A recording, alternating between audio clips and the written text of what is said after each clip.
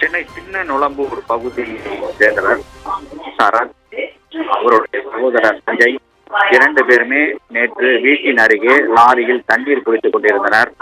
அப்போது அதே பகுதியை சேர்ந்த உதயா என்பவருடன் சஞ்சய் சரத் இடையே தகராறு ஏற்பட்டிருக்கிறது.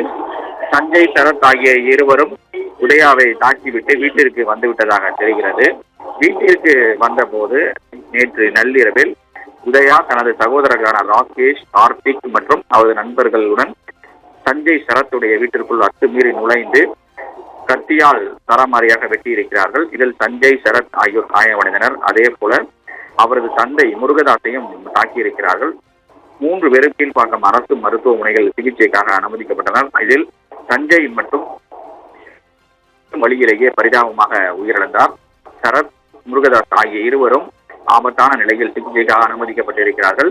இது தொடர்பாக கொலை முயற்சி வழக்கு பதிவு செய்து நுளம்பூர் போலீசார் விசாரணை மேற்கொண்டார்கள். கொலையாளிகளை பிடிப்பதற்காக 3 தனிப்படைகள் அமைக்கப்பட்டது. இதில் ரூபேஷ் என்பவரை இன்று அதிகாலையில் பிடிக்க முயன்ற போது ரூபேஷை காவலர்களை தாக்கிவிட்டு ரூபேஷ் தப்பி செல்ல முயன்றார். அவரை போலீசார் காலில் தற்காப்புக்காக சுட்டு பிடித்தனர்.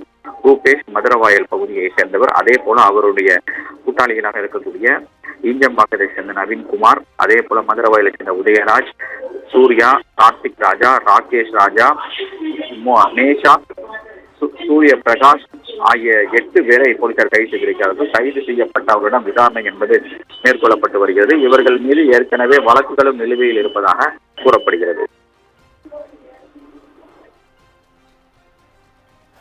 விவரங்களை வழங்கியமைக்கு நன்றி சுப்பிரமணியன்.